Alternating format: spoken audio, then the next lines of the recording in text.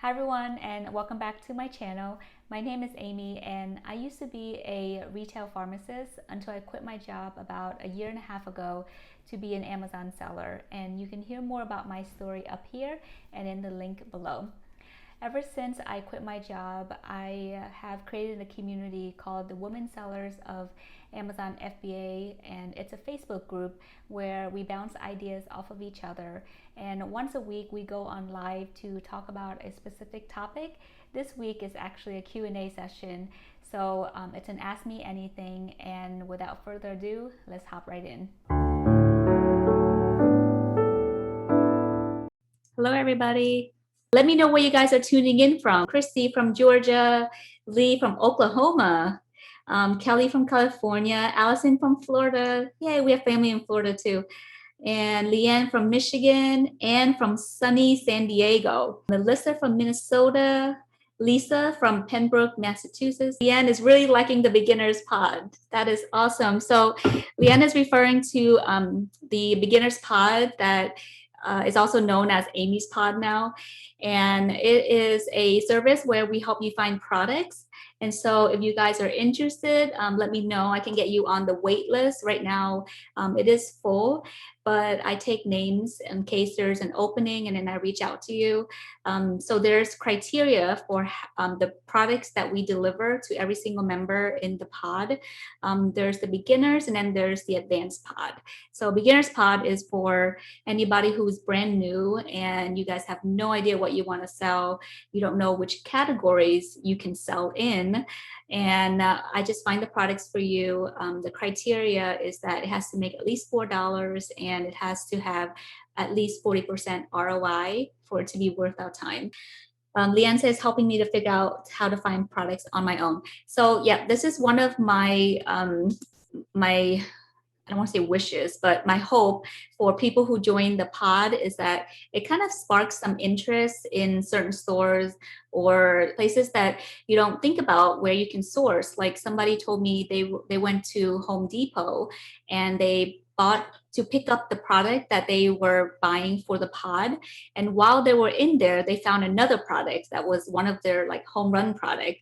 So while the pod products has been researched heavily before it gets delivered to the members, I do want to kind of start sparking that skill within each member where you can start looking for products on your own. Some people stay in the pod forever just because they don't have time to do product research, but there are people like Marty. If you are in here, Marty loves to find products on her own. It's just kind of one of the interests that she has. And she's great at doing that. She joined the pod, got a bunch of ideas, learned the skills inside the academy, and apply those skills to her product research. So it's very important for you to know what are the key features of a good product. So that's what my hope is for anybody who take the pod. Once you're in the beginner's pod, I want to transition you into the advanced pod, and from there you might be finding products on your own. So sort of the game plan for anybody who's brand new, I would say, is to start out with the academy, and then once you have that foundation, join the beginner's pod and then to the advanced pod, and then from there you can kind of free and fly on your own. So that's sort of the steps for anybody who is just kind of like starting out. Lisa is asking, how often do you accept new members into the pod? So Lisa, when I open up a new pod, which happens about once a month, that's usually when I accept the bulk of the members. So about once a month, I will accept 15 new members. And then as people are transitioning maybe to the advanced pod or out of the beginner's pod to go on their own and looking for their own products, I then will open up to the wait list for anybody who would like to fill in that spot. So I would say contact me so that you can be on the wait list, just so if there's a spot that opens up, then I can help you get on the pod. But one of the things about being an Academy member, so if you are an Academy member and you're listening, let me know if you're interested in the beginner's pod, because I always reserve a few extra seats for you guys. So you get to skip the line if you're in the academy. So that's one of the perks of being in the academy. Lori is asking, do you have a pod for OA? So actually all the items in the pod is online arbitrage. So OA stands for online arbitrage, and all the items there are found online. So you don't even have to leave your house. I used to do a little bit of retail arbitrage for the pod, but I found that more people prefer doing OA. So now 100% of the products in the pod are OA. So good question. Hi, Thomas. So Thomas is asking, can we use the free USPS boxes to ship products to Amazon? And for this question, I'm going to relay it to Wee because he's good with FBM, fulfilled by merchant, and can help you answer that question.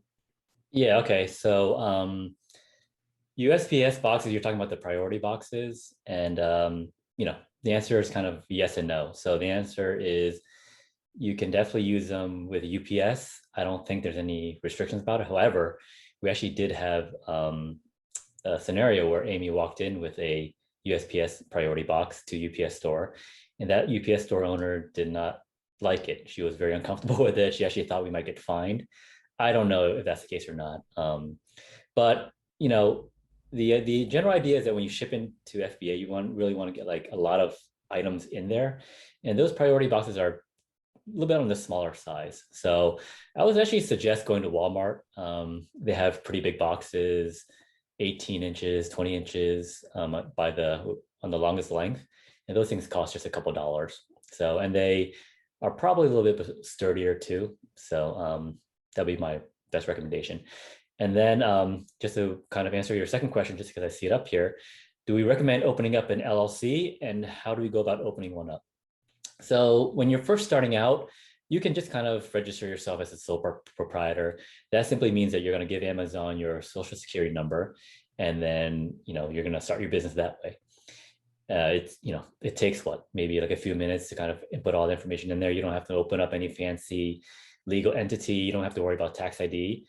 See how Amazon works for you. If you're serious about it, even if it's just kind of like a side hustle or like a side part-time business, then that's when you really want to kind of get your ducks in a row, and you do want to open up an LLC. So an LLC is limited liability company. And what that is a legal entity that you can open up in any of the 50 states. We're here in Maryland. So I just simply go to the Maryland state website. I Google how to open up an LLC in Maryland. It takes me straight there. It costs about $100 in Maryland. Maybe a few more dollars just to kind of expedite things, but it shouldn't cost you more than like $100, $150, depending on your state. What I would make sure you suggest that you avoid is going to like a place like LegalZoom, because all they're doing is the same thing you'll be doing, except they'll do it for you for an extra couple $100. And they'll act as your resident agent, which is somebody that's in that state that you're registering your LLC. But if you're opening up your LLC in your home state, you can act as your own resident agent. So you don't have to worry about that. There are two forms of taxes, and I'll kind of go over them quickly because it can be a little bit confusing, right? So sales tax. When we sell stuff on Amazon, nowadays, most customers are going to be charged sales tax, and Amazon is going to collect it on your behalf for many states. However, a lot of states will actually require you to go ahead and still register with them and just submit a tax return, a sales tax return, maybe every month, every quarter, every year, depending on how big your business is and depending on the state. And the best resource to really get a full grasp and understanding of sales tax is taxjar.com. I'm going to go ahead and link it here in a second. So taxjar.com is a great website. It's something that we use to be able to understand the rules and laws, I should say, for every state. And then also it will link to your Amazon account. It will download all your sales. It's going to determine what warehouses your items are stored in to determine whether you even need to collect sales tax or not. So it's kind of a rabbit hole. I don't want to get too deep into it, but it can get pretty confusing. But TaxJar really clears up a lot of things. So definitely start there first if you're referring to sales tax. And then on the flip side, the other form of tax is income tax, right? So as we make money, we want to be able to make sure that we're accounting for everything. And then at the end of the year, we are going to kind of gather up all our financial data, and we're going to basically fill out a tax return and determine how much we owe the IRS, because this is any other form of income. It's taxable by the U.S. government, assuming that your business in the U.S. And so that's the income tax side of things. And I'm not a CPA or a financial expert, so the only thing I'll tell you is go ahead and maybe Google for some resources in terms of how to determine filing income taxes for your business, or hire a CPA and they can kind of lead you down that road. Follow-up question is from Veronica. Hi, Veronica. So you're asking, what is a good product to start with? Jungle Scout was a good start, and I can't find anything viable import analysis. So Veronica, if you're doing private label, then the way to find product is different than to find products for replan or retail arbitrage. And so that's where input analysis comes in. We actually only use the Chrome extension to see the number of sales per month for a certain product. And either Jungle Scout or Helium 10 has that Chrome extension. And I believe there's a yearly subscription for that. There's also a free version, but it limits on how many times you can use it. What is the free version? Sorry, because I just signed up for the Jungle Scout for the year. Yeah, there's the Jungle Scout estimator. So they only give you the rank and estimate how many sales it will make per month based on that category rank. Is there any product that you would suggest that is more viable? Just because I'm starting out and it's my first product, and it would be a private label one. Okay, so we actually haven't been doing private label for a few years now. And so when you do private label, I actually recommend Helium 10 a little bit more because it gives you more keyword research options. And you have to go in with the niche that you're looking at. And if you're looking into sourcing overseas, that's another thing to keep in mind. So if you're brand new, I actually wouldn't recommend private label just because it requires you to do a lot more work and put up a lot more investment. We started with a private label in the yoga industry, and we knew nothing about yoga. We just knew that was the hot thing 6 years ago. And then we launched a product. It cost us about $6,000 to get 500 units from China.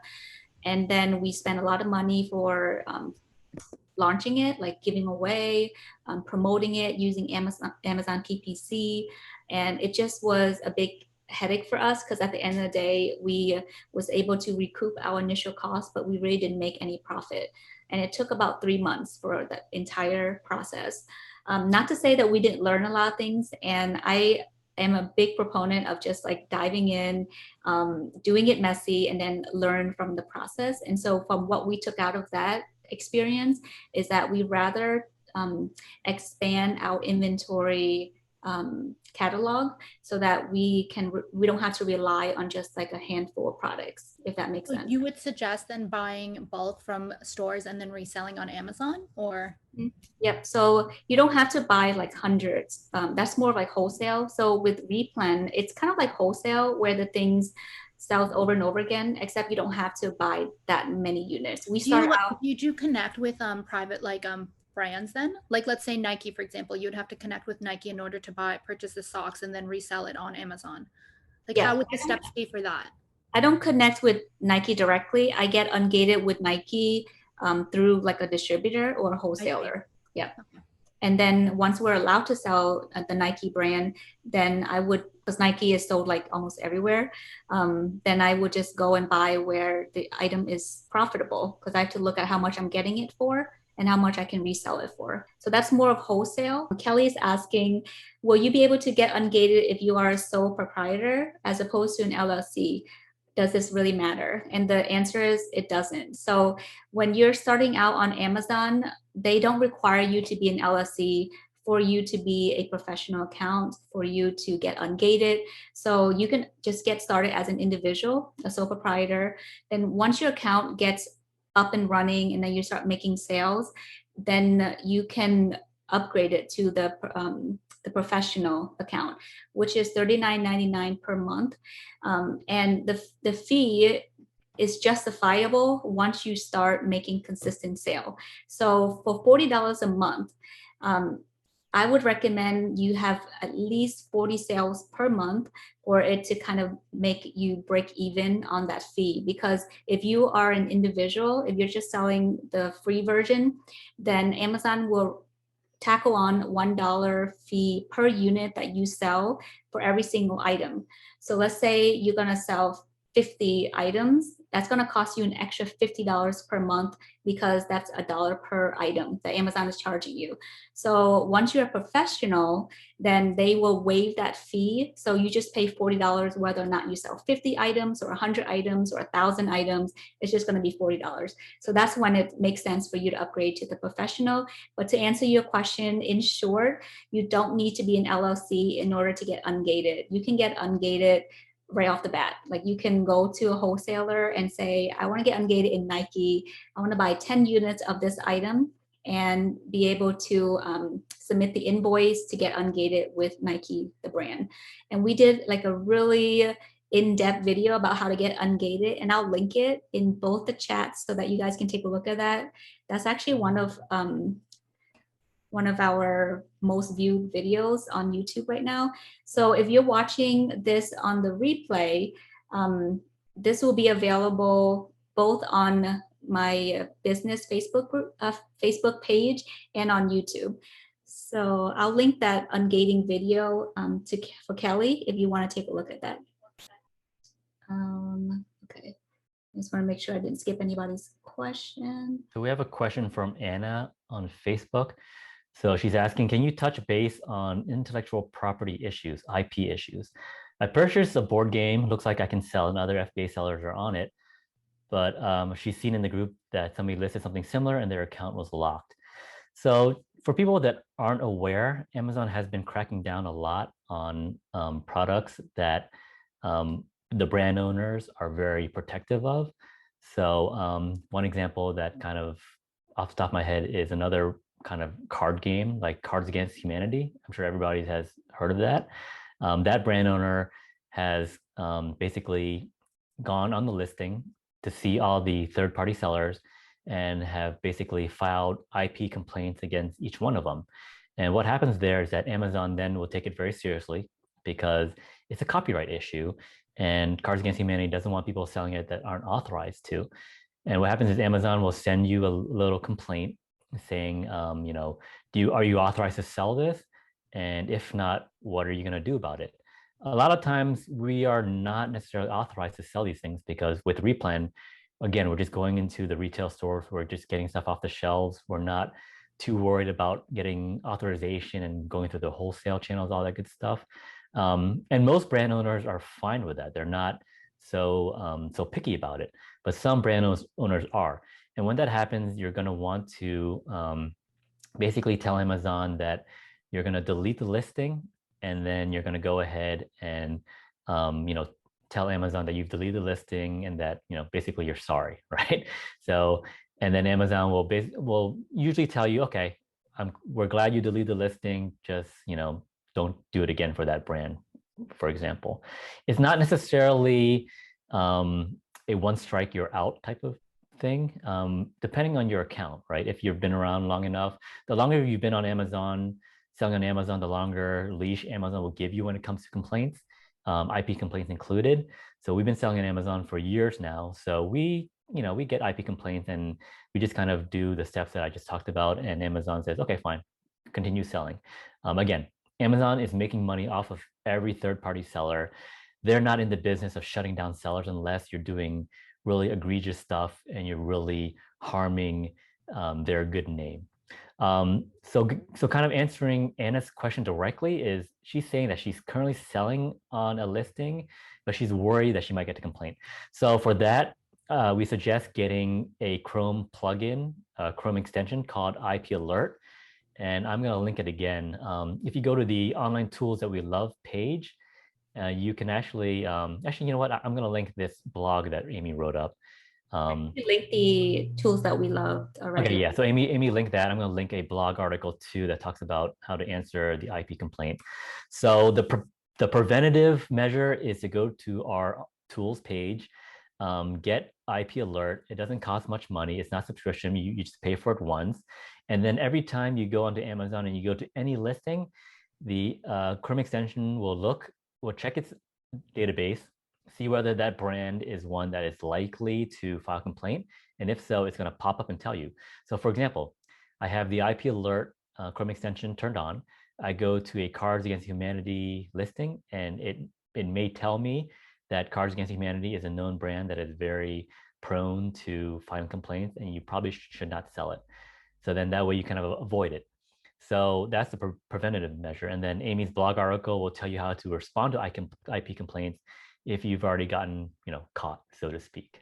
So hopefully that kind of covers both sides, preventative and also basically how to get out of trouble or get out of Amazon jail, I should say. Okay, can you help answer this question on Zoom? Anne is asking, I'm concerned with liability insurance. I have read, okay. Is it expensive? Yeah, I saw that. And, it kind of goes along the lines of when to start the LLC, right? So when you're just testing out Amazon and you're selling under a general, a sole proprietor with your social security number, you don't need general liability insurance. And chances are you're only selling a few different listings. You're kind of understanding the whole Amazon workflow and how it works. So I would say when you do make the step to get an LLC, you're going to want to get general liability insurance as well. I've seen some articles where Amazon might start to require that pretty soon. But even if Amazon doesn't require it, if you get sued, that's what insurance is there for, right? If something bad happens, they have your back, kind of like car insurance, right? We don't want to drive down the road without insurance. So, we don't expect to get in an accident, but if it happens, we need to kind of have that protection. So I guess like the best analogy I would say is that if you're just starting to learn how to drive a car and you're just kind of, driving in your driveway or in your street, you may not need car insurance, right? But then when you're about to hit the highway, when you got your LLC and you're hitting the highway and you're going fast and you're buying lots of products and selling lots of products on Amazon, that's when you need liability insurance because you want that protection. What are the products that are available for arbitrage?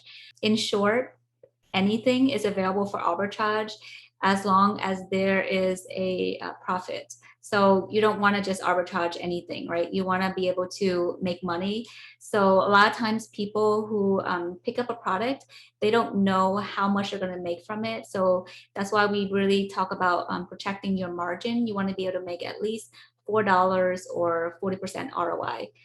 That's kind of our minimum. Our ROI is usually at around 100 because we want to be able to cover a lot of different costs like paying employees, supplies, paying Amazon to ship there, all that stuff should be calculated for. So we try to have like a healthy profit margin and ROI. But to quickly answer your question is you can arbitrage anything. We have items in the grocery categories. We sell toys, we sell clothing. We've sold, items in the sports and outdoors category. So if you're brand new, there are two different ways you have to look at categories. Categories can be either ungated or gated. So with Amazon, they gate certain categories so that if you're a new seller, you have to apply to get ungated. And I know that this is a hot topic for a lot of people because let's say you found a nice box of cereal at the grocery aisle and you want to sell it, but you're not ungated for groceries, you won't be able to sell it.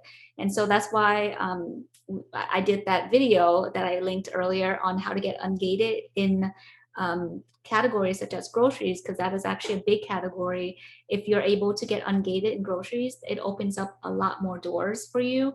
And I think Jennifer is asking, when starting out to get ungated, do you have to have a professional account in order to order from wholesale on Frontier? What web address do you use if you don't have one? So to get ungated, you don't need a professional account. And to get a wholesale account, you don't need a professional account on Amazon either. What you need is you need to order 10 units of the same item that you want to sell on Amazon. And then you use that invoice to get ungated with Amazon. So on the Frontier co-op side, if you are using Frontier Co-op and you want to be a wholesaler with them, you need to open up an account. And in order to open up an account, I believe now they require you to have an EIN. Don't quote me on that. When I opened up the account for them, they didn't ask me for it. And so now if they're asking you for an EIN number, then you need to apply for an LLC, I believe, right? In order to get an EIN, you need an LLC or some type of incorporation. Yeah, you have to have some type of legal entity. So it could be an LLC, it could be a corporation. And then you would go to the IRS website to get an EIN number. It doesn't cost any money. So for sure, do not pay companies such as LegalZoom to get a EIN, also known as a TIN, which is a tax identification number. It's completely free. The IRS will register you and give you one if you fill out a form with them. And then she's asking, what web address do you use if you don't have one? So when I did it, I think we just submitted our Amazon storefront web address, and we were able to create an account with them. Recently, because I've been promoting them so much, I should be an affiliate, but I think they have been bombarded with new sellers wanting to create an account with Frontier. So now they have a wait list. So if you want to get ungated in groceries, there's other websites that you can use, such as webstartstore.com. They have groceries in there. I believe Wieners Limited also has groceries. So go back and watch that ungating video. I promise you get a lot of good ideas. Ori is asking, what is the product or category you would recommend to stay away from? There isn't any specific product or category because we sell in all categories. For new sellers, though, you probably don't want to sell anything that is too big. So like, let's say you're in sports and outdoor, because that's a category that's open to all sellers. And if you don't mind, link the blog article about categories that's open to all sellers. So take a look at that article I wrote, because it shows you all of the categories that you're allowed to sell in as a new seller. We recommend getting the IP alert because it's not based on categories or on specific products. It's based on brands and listings. So certain listings and brands don't like resellers, and you probably wouldn't know that unless you have an IP alert. IP stands for intellectual property, such as the IP alert that we have that tells us that this product you should stay away from, or this brand you should stay away from. So we've had issues with certain brands, and I can't name them all on the top of my head because there's actually a pretty long list of certain brands that don't like resellers. So with the IP alert, you can for sure know that you don't want to step on their tails because you don't want to have an IP claim filed against your account, right? So I hope that somewhat answered your question, Ori. And as a kind of like a follow-up to that, which actually answers Leanne's question, is should we stay away from toys for under age 12 due to the CPSC issues? And the answer is yeah, probably. So in case people aren't aware, Amazon has been cracking down on children's toys meant for children under age 12 because a lot of them being sold on Amazon.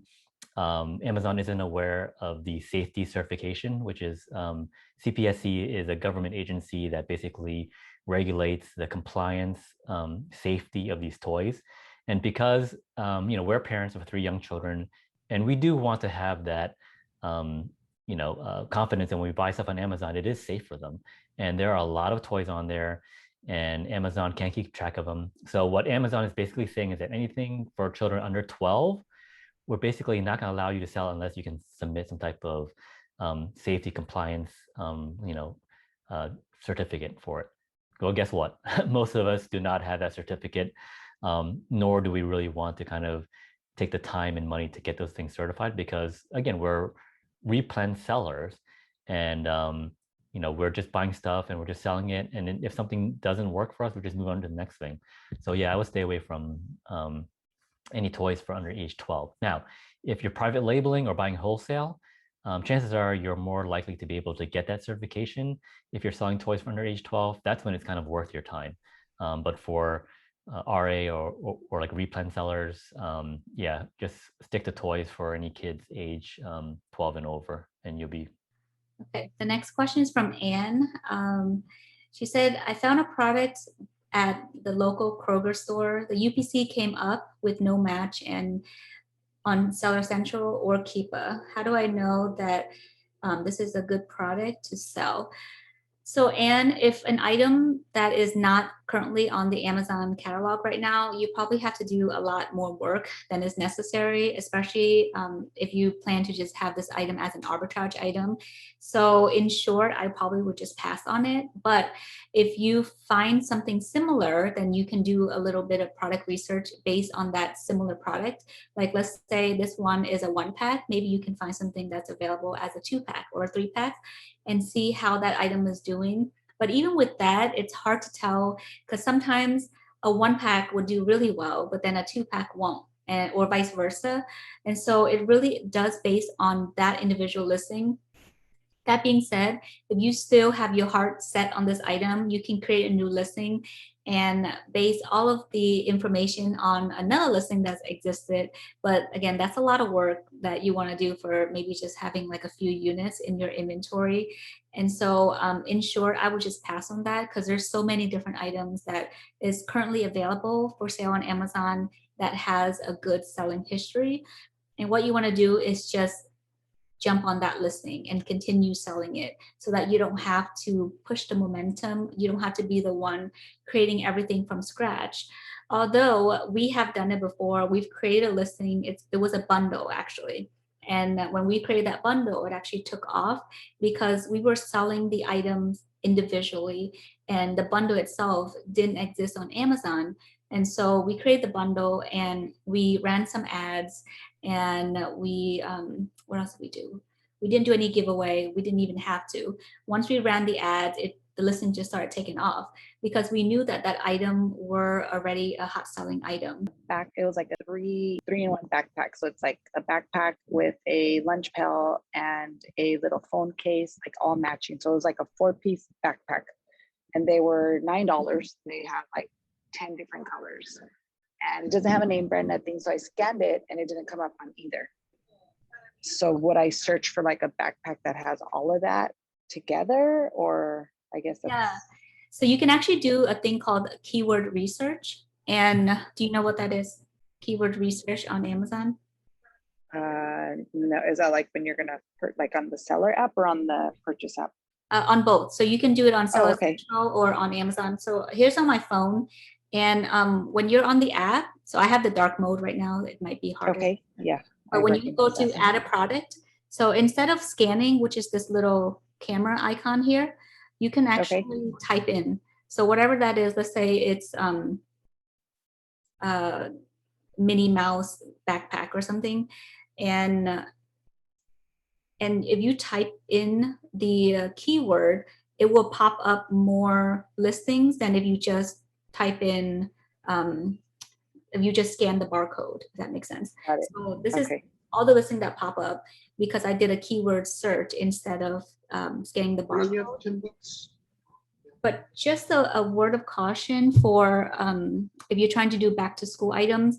I know one of the restrictions from last year for backpacks and lunchbox is that it requires the CPC. So just keep that in mind. So if you happen to sell in that item, there's a chance Amazon might remove it because it requires more documentation. So the same thing with toys for children under 12. Okay, perfect. Thank you so much. You're welcome. So on Zoom, we got a couple questions regarding Hazmat, so I'll just kind of answer them together. So Lee says that she got accepted into the Hazmat program on Amazon. Congratulations. So she has a perfume that she wants to send in, but then she says that the quantity exceeds the limit. Do you know what the problem might be with the perfume? And then let's see, Leanne's asking an issue about pesticides and Hazmat.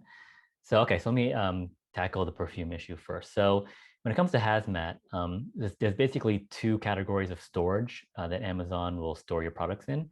It's flammable items and aerosol items. So flammable is pretty self-explanatory, right? Anything that can easily catch on fire. Amazon wants to be able to store it in a very safe place. That's one reason why it's considered hazardous.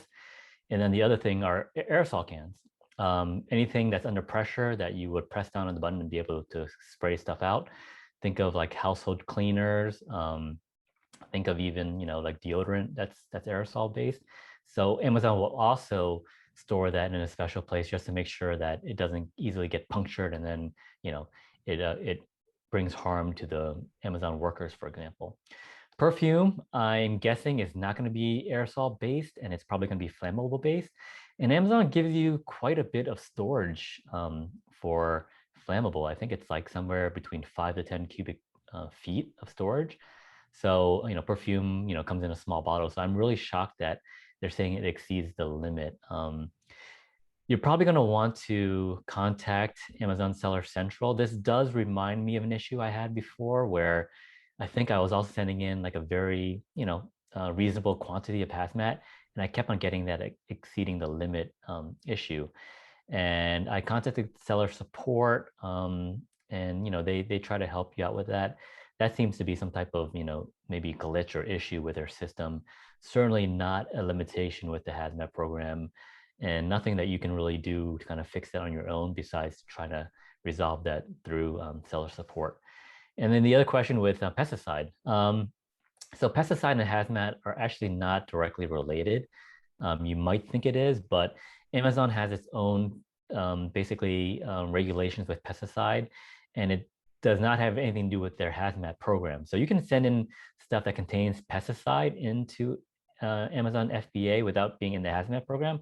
However, you have to be pesticide approved, and there's a whole process for that.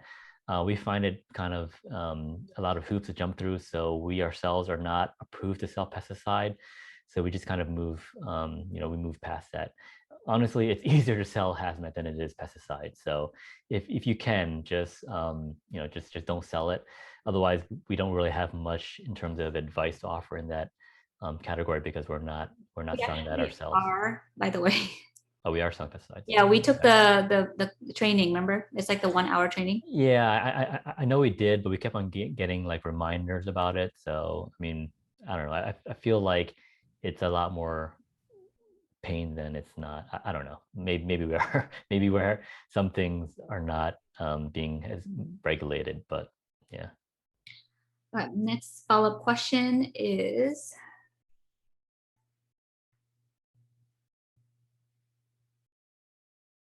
So we also had some questions about selling like the CPSC issues with FBM, and the answer is yes. CPSC compliance issues or compliance requirements will cover both FBA and FBM listings. So if it's toys under 12, just don't sell them with either way. Okay, Nadine's asking on Facebook, with the new issue requesting for toys documentation, what would you recommend buying to fill in the gaps for Q4? I don't want to keep on scratching my head regarding toys. So that's a good question, Nadine. So on top of toys last year, we also sold a lot of grocery items, especially in the meltable. So in a couple months now, Amazon is going to allow us to send in meltables like chocolate. So think of seasonal food, especially the chocolates and all those food.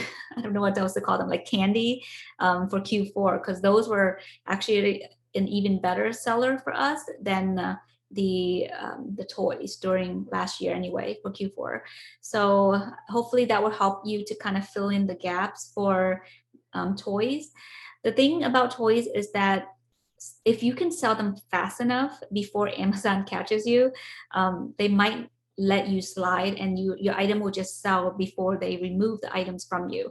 So that is a risk. I don't know if you want to take that chance, but we were able to get away with some of those documentations by sending it in, and then our item just sells right away, and we never had to deal with removal orders or Amazon requiring us to submit those documentation. So it is a risk that you can take. If not, I would just say avoid it all in general.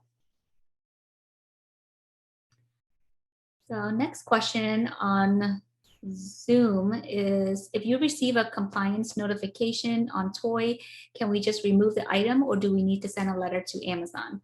So I'll let we answer this because we get compliance. Yeah, so whenever Amazon sends you that compliance notice, they're basically telling you that they're going to automatically remove the listing from your account. So there's nothing that you have to do. The only thing that you kind of have to plan for is if you have stuff in their fulfillment centers, you have to go ahead and do a removal order. Otherwise, Amazon will probably eventually do an auto removal for you. But you don't have to. Oh yeah. So the question is, should you delete the listing? And the answer is yes. If you don't plan on selling it, delete the listing. That way, it's out of sight, out of mind. You don't have to think about it anymore. And also, it will help boost your IPI, your Inventory Performance Index score, when you have, because whenever you have listings that you're not constantly restocking, Amazon's going to kind of give you a little ding on your IPI score. So definitely delete listings such as that or anything else that you're not selling. But you don't have to send in any type of plan of action or any apologies to Amazon. You just have to basically just kind of, stay stay vigilant and just kind of do a removal and then delete the listing and then you're done. Okay. Our question on Facebook is from Anna. I'd like to get ungated topicals, but recently I've heard that I need an FDA documentation. Is that true? So Anna, I haven't heard about topicals, but recently for health and personal care, like any items that is supplements, I've heard that you do need documentation. Actually, I haven't heard. I know that you need documentations for certain supplements that you send in. So topical, that might be a new thing that I haven't heard of. Not necessarily meaning it's not true, but yeah, I haven't. If anybody out there who knows of the new FDA documentation that's required from Amazon for topicals, let us know because we haven't heard of that. Jen said on Zoom that I got ungated in topicals about a month ago and thankfully was able to get ungated without documentation. So yeah, so maybe that's something you can look into, Anna. You might not need FDA documentations, but definitely you will need, in order to get ungated invoices, you won't be able to get auto ungated, unfortunately, in that category. Minhan's asking, if I sold out the item that I received a compliant or IP notice, do I need to reply to that email? Yeah, so I can take this question again with compliance and IP complaints. So with any complaint that you get from Amazon, regardless of what it is, and you can find this out by going to the, let me just make sure I'm giving people the right instructions. Give me a second. I'm just going to kind of walk through Seller Central on my side, just to make sure. So you're going to want to go to the menu, go to performance and go to account health. And then in the middle, you're going to see policy compliance, and it's going to list all the complaints, all the basically policies that you have violated. It sounds bad, right? But so you'll want to reply to any violation as soon as you can. Do not let the violation just sit there. Even if you delete the listing and you think that you're in the clear, you always want to reply to Amazon to tell them that this is what you've done to basically fix the issue, or this is what you've done to make sure it doesn't happen again. What happens if you don't reply or answer Amazon? Worst case scenario, they could actually suspend you. I mean, it sounds awful just for you not replying and not saying anything, but that's just the way Amazon is, right? Amazon wants you to acknowledge that, you kind of did a bad thing and you're sorry for it and you won't do it again. And if they don't see that you've done that, then chances are they're going to give you some type of warning. In fact, seller support has actually even called me to tell me, hey, by the way, you have a lot of these policy violations that you haven't really done anything about. You might want to, because you're going to be in trouble if you don't. So I'm like, ooh, thank you. So one support agent even was asking me, oh, how often do you check your violations? I'm like, I don't know, once a week. She's like, how about daily? I go, really? She's like, yeah, it's important to your account, so why wouldn't you check it daily? I'm like, okay, you're probably right. So So just like, brushing your teeth or, keeping good hygiene, your account health is also as good as your personal health too, right? So do make a habit of checking, if not every day, every couple of days, or at least once a week, just to make sure that complaints or violations haven't come in that you missed, and definitely answer all of them that as much as you can. Not all of them require you to do a reply to. Some of them will have an appeal button. Usually those, there's nothing much to do there unless you actually really want to appeal and have Amazon overturn the violation. A lot of times the violations are stuff that you just want to kind of, they're usually like a reply button for violations that you really do need to reply to. So make sure you do click on any one that has that reply button next to it. So I think Jen's asking a follow-up here. Is it okay to just disregard notices that say your listing is ineligible to be featured? Yeah, that's not a violation or anything. A lot of times, well, actually, for us, I'm getting those emails daily. It's like, your product is not eligible to be featured to get the buy box, right? So I'm like, okay, fine. I mean, I get it. Maybe the pricing isn't low enough to get the buy box. It's kind of annoying. I tend to turn off that notice just because it's not a violation. It's not really an important notice. It's just Amazon saying. So to turn it off, I think you go to like message or email notification settings, and there's a huge list of things that you can uncheck. I know that as Amazon sellers, we get a lot of spam from them, and you can uncheck a lot of them to kind of reduce the clutter in your inbox.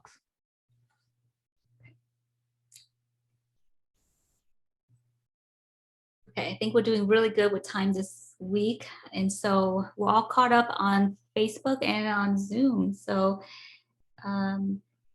Leanne's asking you, where do I go in Seller Central to see if I have violations? Yeah, so let me walk everybody through that again. So in Seller Central, click on the little hamburger, like the 3 dashes to get to the menu. You're going to go down to performance, and then you're going to go to account health. And then in the middle section there, you're going to see policy compliance. And there's going to be a red, yellow, and green bar. If you're in the green, perfect. Just keep it up. If you're in the yellow, that means that you have a lot of violations piling up against you. And that's when you're going to want to go through, go down to the bottom and then click view all. And then when you click view all, you're going to be able to see all the bad stuff you've been doing on Amazon. And then just reply, or just click on every one of them just to make sure that Amazon's not waiting for you to kind of submit a reply or to some type of documentation that you can submit to them. And then when you've taken care of all that, a lot of these violations will stick around. They can stick around for up to 180 days, 6 months, and then they're going to begin to fall off.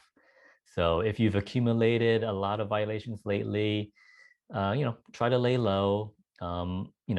Unfortunately, with IP complaints, there's not much we can do besides using IP alert to kind of prevent ourselves from getting in trouble. But sometimes some listings fall through the cracks and we will still get in trouble for it.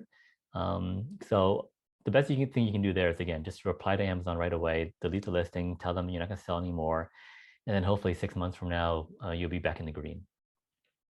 If that slider is all the way down in the red area, then you really, really want to be very careful with what you do next, because the next violation you do could get you suspended. So definitely be very careful there. Ayana on Facebook is saying, I got an IP complaint and now I'm stuck with the inventory. So Ayana, I'm really sorry this happened to you, but hopefully you don't have that many inventory stuck inside Amazon, and you can just close and delete the listing and have it removed back to you. It's only 50 cents per unit if you have Amazon return it to you, or 15 cents if you want them to destroy it. So I hope you don't have that many inventory, but if you want to, because I don't know if you're joining late, but we talked about earlier how to respond to an IP complaint. Definitely don't just let it sit there. I'm going to link it again, how you can respond if there is an IP complaint, so that you know what to do. It really is just basically telling Amazon that we're sorry, we won't do this again, or contact the brand owner to see if they can retract your IP complaint. And that's probably the only way that you can get it removed from your account. We've had it a few times where we contact the brand owner and they were generous enough to just say, okay, we'll retract it. And then that IP complaint was removed from our account. Sometimes they don't care to respond to us, and we just have to let it sit there and not have another complaint within 6 months, because that's when the complaint will fall off your account after 180 days. So worst case scenario, you can have it in there and it will just be removed from your account. Yeah, I will say that ever since we started using IP Alert, the complaints have basically gone down to very little, maybe even none. So definitely important tool to have. Yeah, and earlier we talked about the IP Alert Chrome extension, where it just helps you to not have these IP complaints, because they are a huge headache. But thankfully, Amazon has been really nice enough not to just suspend your account, right? At least they give you a notice to say, hey, don't do this again, or this, you have an IP complaint this time, and you have this amount of time to get your account in good standing. So they used, back in the day, Amazon did not even, they weren't tolerant of getting any type of intellectual property complaints, because they took this matter really seriously, and your account can get deactivated overnight if you get an IP complaint. And so nowadays they are a little bit more, I don't want to say lenient, because they're still pretty strict, but at least they give you this notice so that you know to respond to them, or to respond to the brand owner to get it removed, and that you won't sell this item anymore if you get that complaint. So it's all part of doing business, unfortunately. And we took the hit a few times, but we kind of learned from our mistakes, and we got an IP Alert Chrome extension, and that has helped us tremendously. So, and like I mentioned earlier, all of the pod products that I deliver to the members in the pods has been checked through IP complaints to make sure that there hasn't been any filed in the past. If there happened to be one, then we put it on a different restricted list, so that we don't source from them anymore. And we also report to Christopher Grant. He's the owner of IP Complaint Alert, and we let them know that this listing is no longer good. So put it on your list as well, so that it will pop up next time somebody else try to source from this listing.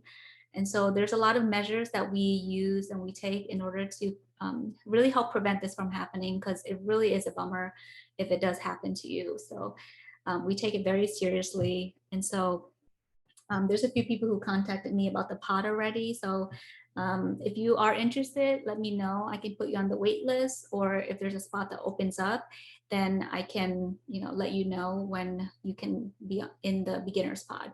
Advanced pod, I still have some openings right now. If you're in the academy, again, we bumped you up the wait list so that you don't have to wait a few weeks or even a month sometimes before you can get in the pod. So just contact me, and can you put the link to how they can contact us again? And also the link to the pod? To the pod, yeah. Okay. Nancy is asking, is there a backup items for item in the pod that are not available or sold out? So Nancy, I know that there has been problems where sometimes when you check it within a week or 2 weeks, the item gets sold out. So we will back up the item if it gets sold out within that day or maybe the day before. But items that has sold out within like a week or 2 weeks or even a month before, we can't backtrack all of that, because that might be a lot of products. But if it's sold out within that day, let's say, because I limit the number of people in the pod to 15, so that we don't have the whole, price tanking issue or things getting sold out. I try really hard to make sure that you are able to purchase that item that day. And so I do change that item to a different item as backup items if it gets sold out within that day. So I hope that answered your question, Nancy. I think we're all caught up. This is awesome. So I think this time is actually working for a lot more people. So let us know if this time is better. Fridays at 2 p.m. Eastern Standard Time, or Thursday at 5 p.m. So that's what we used to do. And now we're gonna try this time as well. So Lee say it works better for her. Jenna says Friday is best for her too. Okay, cool. So we'll keep it at Friday now. And Allison's also saying this time. Okay, so we're getting a lot of confirmation that Friday is better. Thank you so much for watching this video. I hope that you found it helpful and motivating for you to get started with your business as well. If it did, I hope you give me a thumbs up and also subscribe to my channel for more videos like this. Again, every single week we do hop on live to talk about a specific topic. And so I hope to see you in the next video next week.